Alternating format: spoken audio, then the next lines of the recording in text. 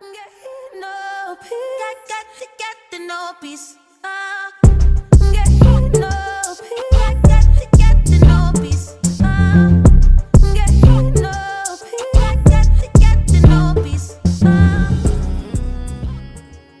Hey, y'all. You're listening to another episode of Presser Podcast. I'm your host, Drea, and I'm here with my co-host, a.k.a. my sister, Paige. Hey.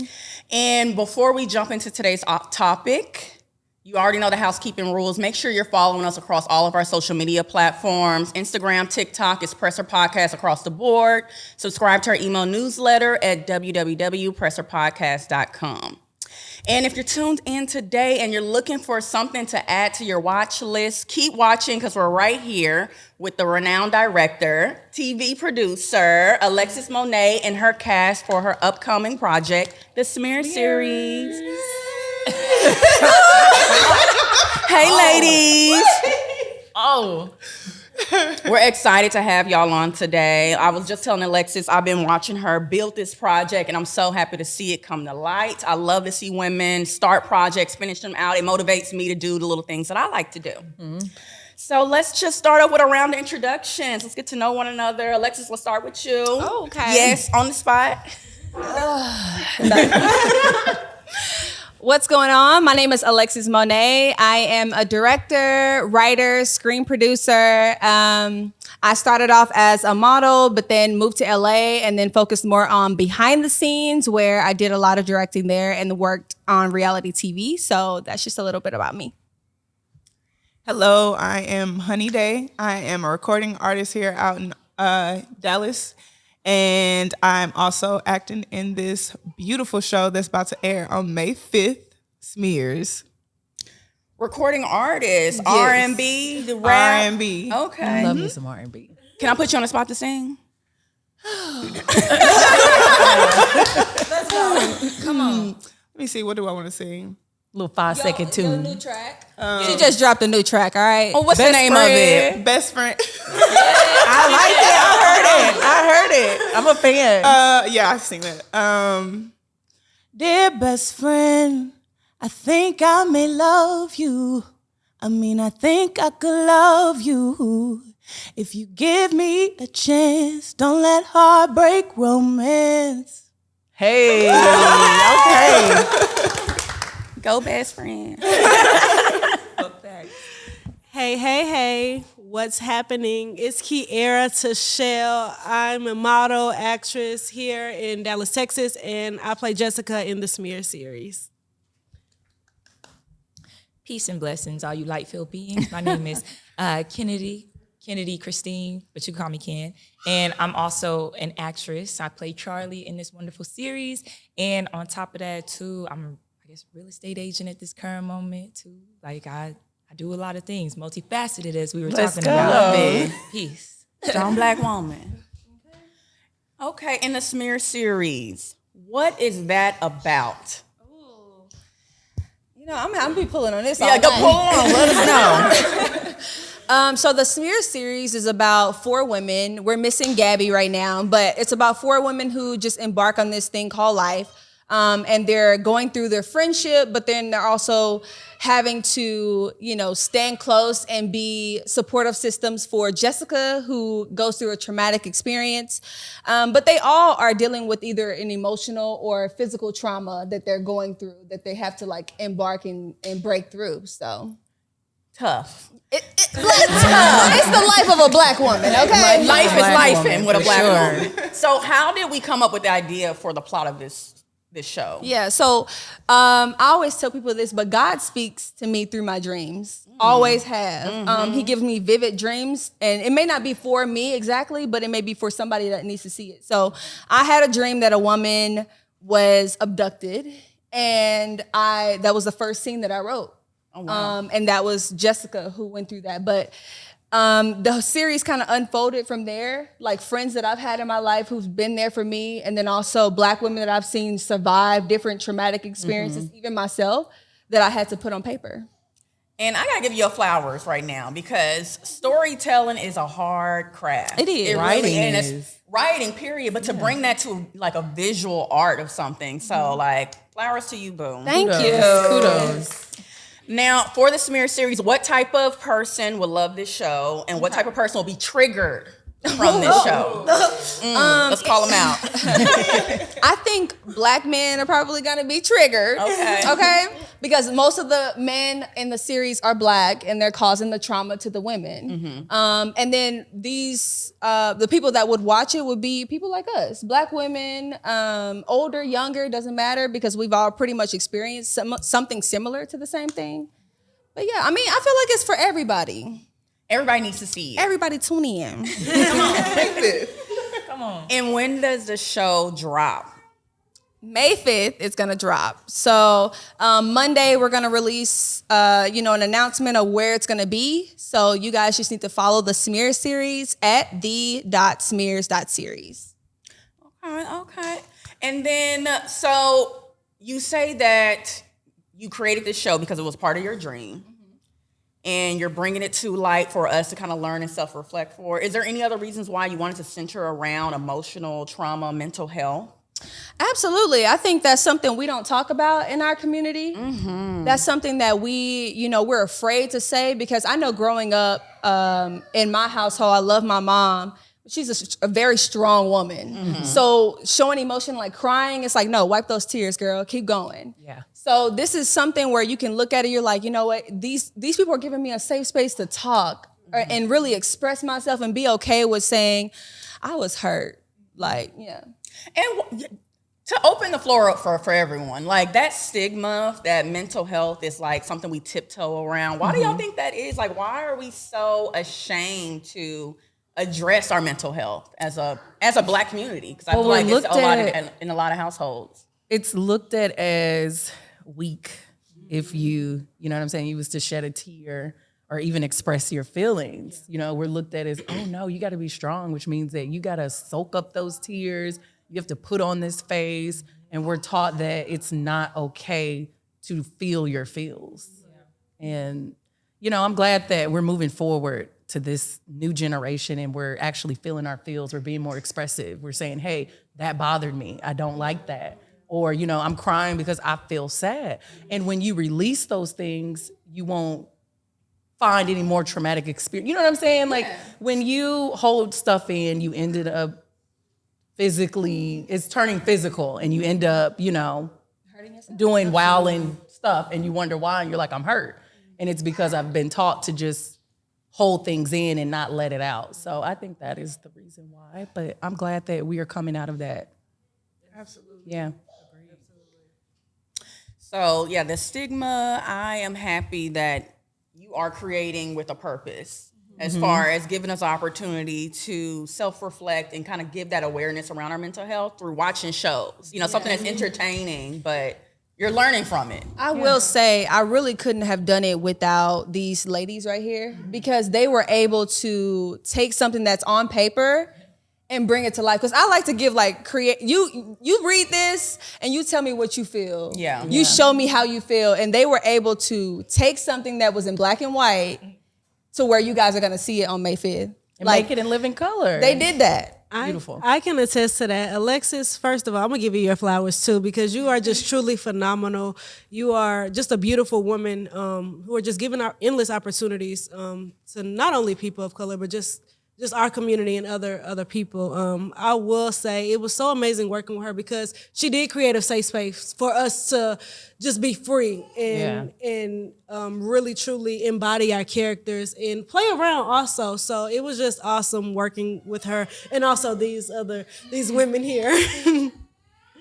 Yes, and I would piggyback off of that as well. This experience has been one that I'll remember it for the rest of my life, because it's an opportunity where I got to grow as a person along with such amazing women, and to have the leadership and guidance from Alexis in this show is monumental, because as the future continues to go on, this is like, for a lot of us, our starting point. Yeah. So I'm excited about seeing it on May 5th. I'm excited about seeing it on all the networks that it's going to be on.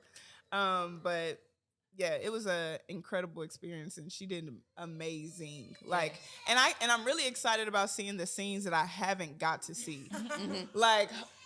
I'm so excited about those, because there's so many shots that were taking place when we weren't there because it wasn't our time to shoot. And so I'm excited about seeing those scenes. So It sounds like y'all a great working team because success comes from the people around you and your team, and so I'm glad to see that you guys are. I see the bond. Y'all came in excited to see each other. Like I feel left out a little bit. Like hey, You ain't yeah. You are right here. Can I piggyback on that too? go ahead. So this is actually my first time being on like part of projects such as this. And again, we all saying it, flowers, got to give them flowers to all the beautiful ladies out here creating something, and the embrace that I felt on set, it's crazy because I was like, oh, I don't know what I'm doing. Sometimes I would get inside of myself, but then I was like, nah, like they're here to help me. Like, so the sisterhood that we were creating, I really do appreciate that. I got to tell y'all. I love to hear it. I love to see it. I can tell. I'm so sorry. I want to say one last thing. Yeah. They really came ready. So, anytime if any director or writer or producer is like looking at this, I would say y'all need to book them because they come prepared, they come ready, and they show out. Hello. So I know any project that I'm on, they're gonna be the first ones I call. Good. Black girl magic, love it. Starting for each other. And so we touched on a little bit about trauma and how that's displayed in the show. What type of generational, before I even jump into that, generational curses. We all know what they are, right?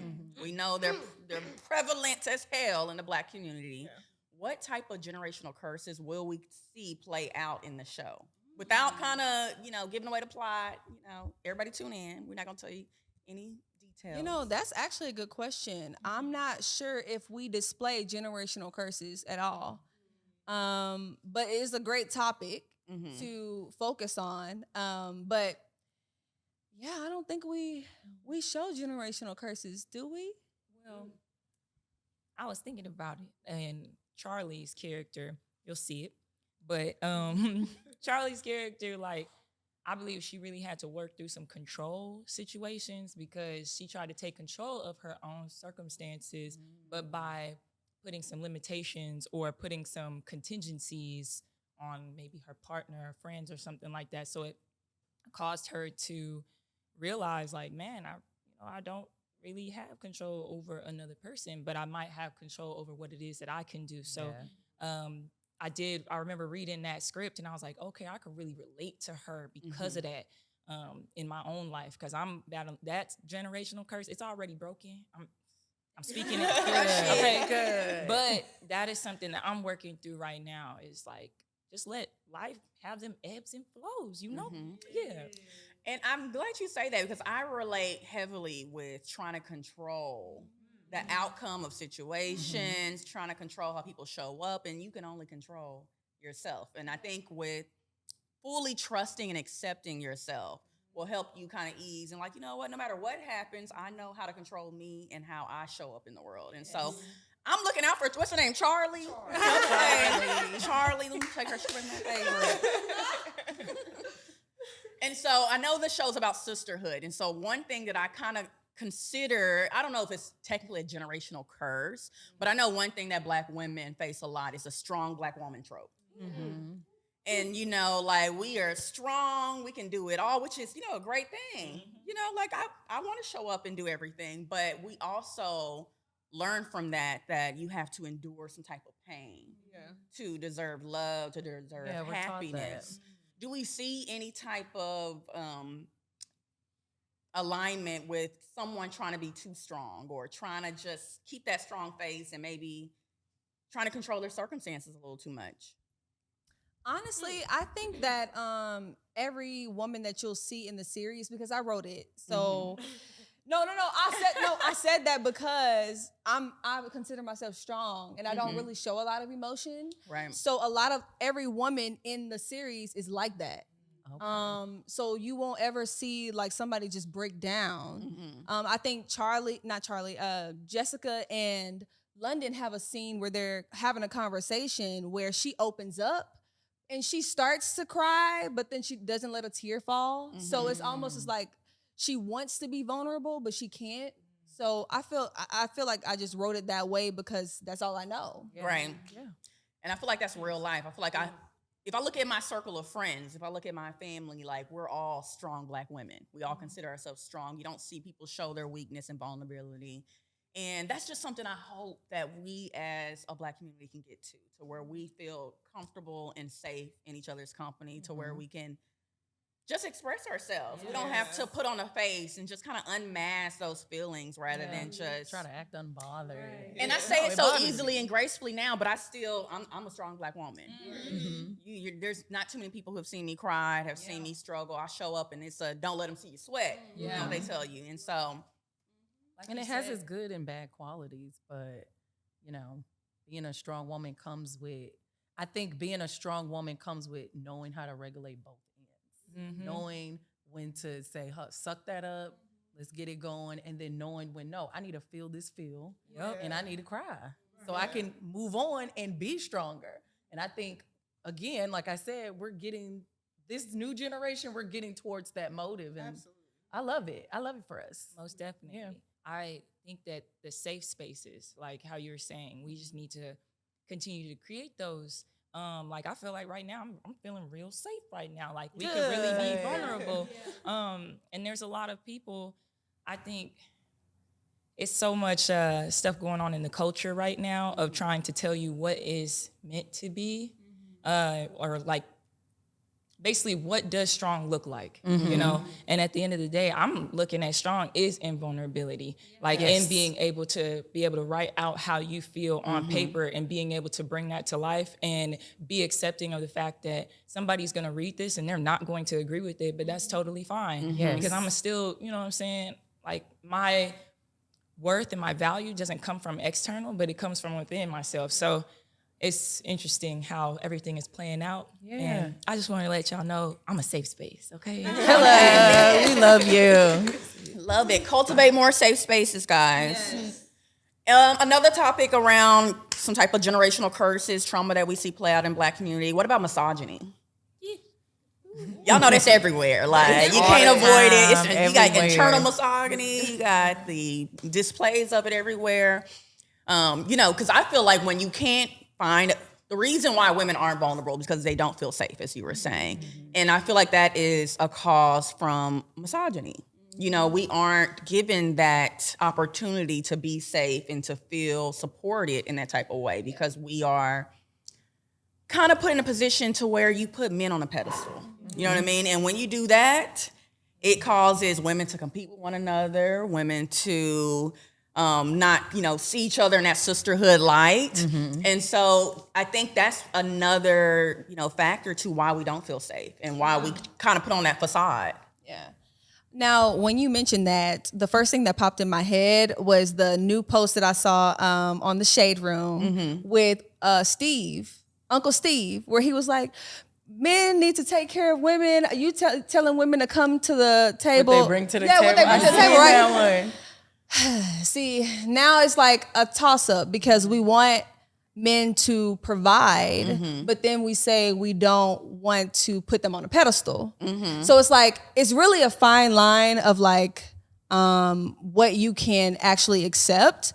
I feel as though I'm a woman, I take care of myself. So I don't need you to take care of me. But in a sense, when it comes to misogyny, it's like, it's the circumstances. It's really the circumstances. Yeah. It's like you can ask for support from a man and whatnot without making him a savior. Like, that's the biggest thing for me. And I feel like, I hope I can be real with y'all. Like, and this is how I feel, in spirituality. Like, a lot of us have lost the God component in a way. Like, absolutely. We think we're going to do it all by ourselves. And that's the reason why we keep getting ran down. Like, and we're putting culture above God, like, and God not in the center no more. And so even in our relationships, and it's like we're trying to have this man like be that everything for us. He's not your everything at the end of the day. Yeah. She had something to say. Yeah, I just feel like in this time and age, like, as women, we are capable of doing so much. It's not like in the old days where we were as dependent upon men, but also to not put it to a standard where I got this high expectation for you to take care of every little thing for me. like, because I think we have both of those going on. We have them where women want them to take care of everything, or we don't give them any space at all. So it's trying to find that balance where they still can be the men that they are, and we can be all of who we need to be as women, with the vulnerability, with showing that we are capable of doing things, and that we can provide as well. So. Femininity and masculine energy, get that balanced out. You have to find a balance. And you know, we Oh, well, okay. and you know, all I heard was Wait a minute, it's going And down. we'll be back with another I didn't do commercial. anything. I didn't do anything. No, but and also we can still look good and be sexy too. So you know, we want them to tell us we look good too. So misogyny just is like, it's really a gray space. It really is. I think it's not, I wouldn't say 50-50. I think misogyny rigs in both partnerships not being 100 and 100. People normally get this notion that you have to be 50-50, and I think it's 100-100. Absolutely. You have to be whole, he has to be whole, and with that, it comes a balance. You know, like I want to get rid of that 50-50 stuff, because you have to be 100% you, whole with you, understand yourself, and so does that man. And then you have to have God in the middle. That's how you build a strong foundation. Period.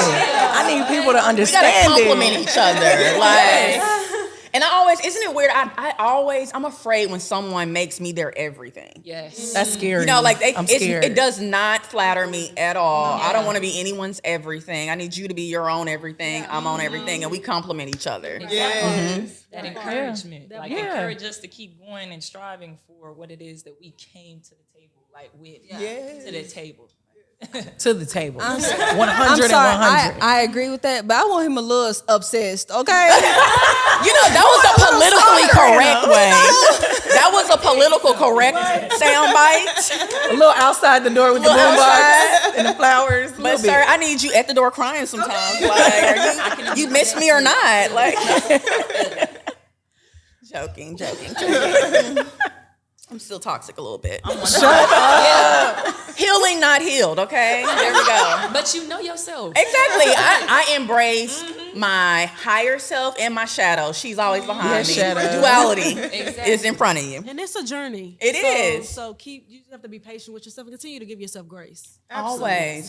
And that's the thing. I don't want to pretend, because I know we talk about a lot of topics that are, healing, women empowerment, but we're human. You know what I mean? We're human. We all have our good and our bad. And so I don't want anyone saying you preach this, but you do that. Okay, it's a journey. I'm trying, okay? No one's perfect. I still watch Baddies West, okay? I'm tuning in tomorrow. I'm sorry. ready for it. I'm going to swap it out for the Smear series, okay? It comes out next week. So back to the project. What has been the most difficult situation with getting this project together? As castmates, as, taking on your roles, maybe? That is a good question. I feel like I'm gonna be completely honest. Everything has been difficult. Just because I'm doing it alone. I have a great team. I have a great team of like a videographer, but when everybody leaves set, it's like, okay, you're by Everything's in your lap. Yeah, right. Yeah. So when it comes to like casting everybody and getting locations and editing and color grading and pitching it to networks, like that kind of stuff, you have to think. When you leave set, that's it. You did your job. Now and then you have all these people relying, like, okay, it's been a year, girl, when you dropping this thing. So yeah, everything. I can imagine. I can imagine. That is, you have to have like tenacity and a lot of it to, write, produce, bring something that you even just dreamed of. Bring it on paper first, and then go and do all those other steps. I commend you. That's amazing.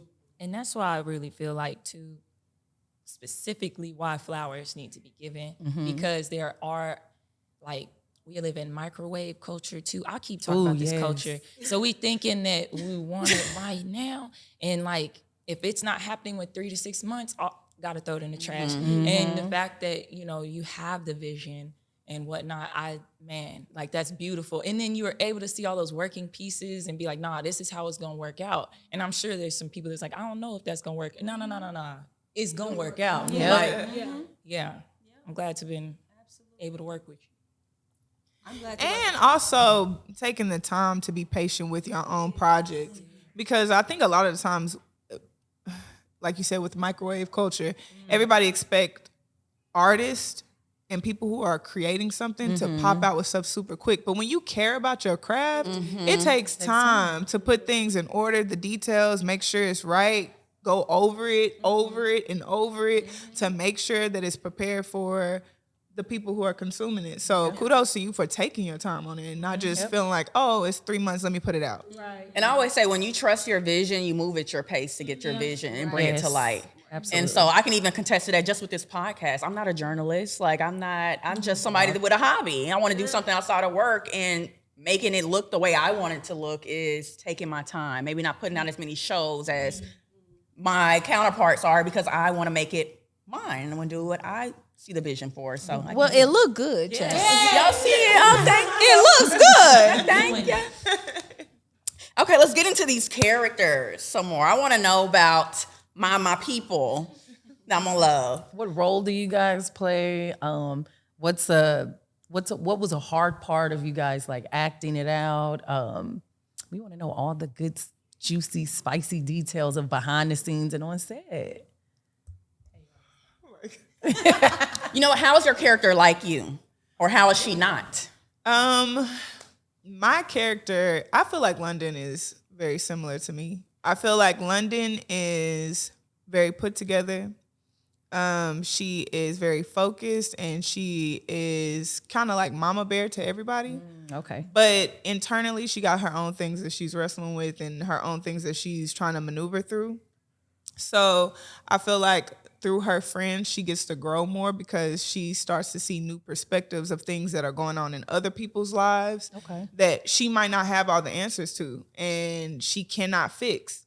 But also it makes her check herself in regards to, what did you think was going on in this certain situation? Okay, that wasn't the right thought. So maybe you need to realize that something inside of you is making you come to those conclusions versus actually hearing your friends out or seeing actually what's unfolding in their lives. So London's the mom friend almost. Yeah. Okay, she's the mama bear. Okay. Yes. Hi, I play Jessica in the Smear series, and I'm actually really not like Jessica, but I can relate to her and identify with the mental and physical traumas that she experienced.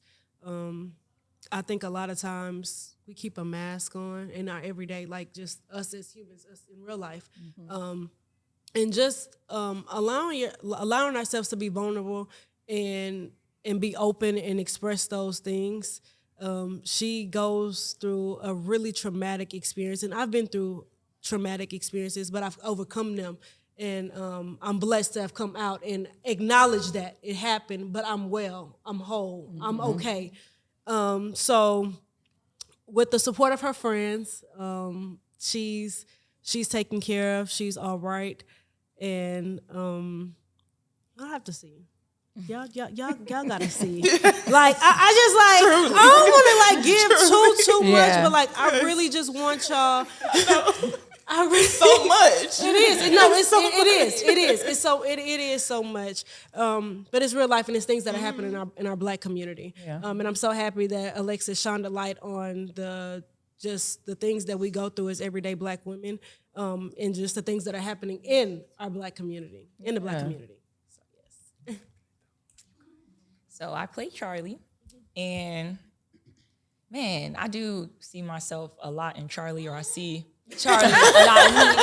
Yes, she's like, and on a light note, like she brings in the like almost like the comic relief, you know, because I do know, or let's say Charlie, I feel knows that like there's a lot of heavy things that are going on in the world and whatnot, but at the end of the day, like we were talking, like the only thing I can control really is myself, and what can I do? What can I bring to the table? And I find how I'm like Charlie is that like I'm laughing all the time. I want people to laugh. I want y'all, you know what I'm saying? Like, let's let loose. Look on the brighter side. But those uncomfortable moments where I have to hold space, and this is Kennedy now, like holding space for people and they're going through things, like that is a challenge sometimes because it's almost like I am going through my own thing. Like, but I know right now it's not about me, just it's about the collective. And my friend needs my help, so I'm here. I got you. And then maybe one day down the line, it always comes back to you in a sense. It might not come back from the same person, but it does come back to you in other forms. Like God always sends you somebody. Yeah. And I do feel like, sharing the experiences with your friend as far as if someone needs help from you or needs advice, it's okay to kind of say, I may not be having capacity to, indulge or give you advice. I may just not even have the capacity to even think right now to help you out. But I think there is a sort of bond that you have with a friend when you are willing to go through certain dark phases that they have, just to sit with them or to understand their perspective, because it's also a learning opportunity for you as well. And so I'm glad to see that the sisterhood is being displayed on this show, because we need it. I got to start watching Baddies West. That's why I'm saying it. We need some sisterhood. I don't know what's going on TV. So what you just said, like sitting with them in their dark times, like I think we need more of that. Like that's not talked about enough because we always talking about, oh, I'm lonely. I want somebody around me. Okay, have you been a friend? Like that's the question. Yeah. Like the first question you should ask yourself. Like be a friend to yourself first. First and foremost. But like trying to sit with somebody when they're having some tough times, it might seem like you don't have the capacity sometimes. Like, you know what I'm saying? I do understand like the boundaries, but like you can, if you have some space to give, try it. Like see what happened. You never know. You might end up with a lifelong friend or a sister. Like, yeah. And I had to check myself with that because I was at a point to where I was pointing the finger.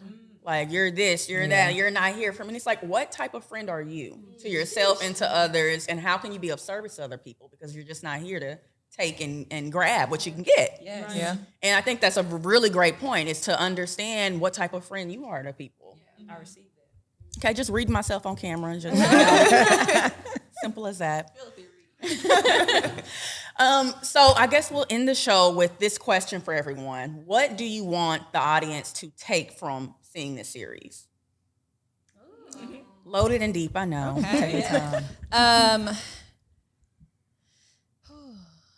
I want people to take that Black women are not disposable. We have feelings. We love, we care, we hurt, we cry. We are people, we're human. And sometimes we're looked at as like the bottom of the totem pole. Yeah. And I just want other races, as well as especially Black men, to lift us up, be there for us, be our backbone, like help us up when we can't walk anymore, like be there.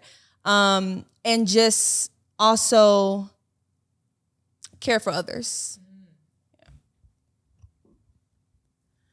I would say what I would want people to take from this show is to be able to look at the show and find yourself in it in some capacity, because a little bit of every character you can find in yourself somewhere, whether that's for the women and the men. Like you can find yourself somewhere in the story, either in the past or maybe in the future coming up. So look at it as an opportunity to observe your own life and ways that you can be better and how you can be helpful in your community and how you can grow in what we have like a sisterhood, and also just finding accountability. Yeah. Because there's so many things that are going on in the world, not only in this show where you get to really see every side of what these characters are actually going through, but they also can help you in your own life and figuring out what you should be doing next. So please take it as an opportunity to do some deep healing and think about the episodes after each episode. Don't just microwave, I watched it real quick. No, go watch it again. This is homework. This is your homework. Yes. So yeah. I want people. No, I'm for real. Thank you. I want others to. I attest to what both of you said first and foremost. Just finding and looking at yourself.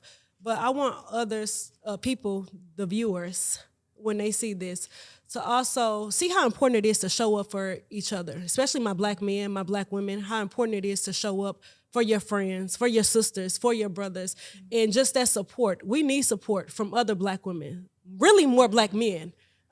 We want that support. Just as a community, we need to help one another and be there for each other. Yeah. I think it's important, again, to see yourself and see that we're all going through stuff. We're all fighting battles each and every day that a lot of us don't even talk about. We pick ourselves up and keep on moving, but just also just listening, hearing each other, and supporting one another, and again, giving yourself grace. And with everything, your life and your journey, y'all need to check it out. Yeah. Take us to church. No, you're good. Something I want people to see and to take away from Smears is, one, the wholeness of it. Like, beyond just the characters, but seeing of how everybody came together as a collective to make this project happen, and seeing how, again, like, you're gonna see it in the show, but also looking at it as how you can also do this in your own community. Like, we need more collectivism around projects with substance. And if you got a friend who has a project with substance, and you got a talent or of any sort, ask how can you be of service. Yes. And even if it's got to be for free, because I'm telling you, it's not just for free. You're uplifting everyone in this project, and you're also inspiring someone else who might have been in the your shoes once upon a time ago, that didn't think that this was real, like it could be done, like you could bring those pieces, those words off the paper, like, into reality. It is possible. So stay encouraged, everybody. Right. Real. Absolutely. It's such a blessing, I feel like, to just be able to showcase what it means to be human. That's what, storytelling is. What's real and being authentic. So I just, again, shout out Alexis. I gotta keep shouting out Alexis. Shout out Lex. No, for creating such a powerful story. And then showcasing just women. Just look at us. Just advocating for the women and how important it is to be a bond for one another. Even in the midst of everything. So just showcasing that. I'm so blessed to just be able to be a vessel. I'm just thankful. Come on, Take us to church, okay. And before we close out, now where and when can we watch the Smear series? Let us know. What? No, okay. Should I say? No. Okay. So You get the exclusive job. she want me to wait. Okay. So You're good. okay, she told me to wait. Okay. So you can watch the Smear series May 5th. Okay. And then this Monday I'll release where you can watch it. Okay. But you'll be able to watch it in multiple areas. Okay. I'm excited. Follow you, right? Oh, so yeah, make sure you follow the Smear series. I already gave y'all the app, but it's at the.smears.series. And you guys tune in. And before we tune in, I'm going to go ahead and play the trailer so you get familiar with it to make sure you want to watch for May 5th. All right, Impressor is signing out.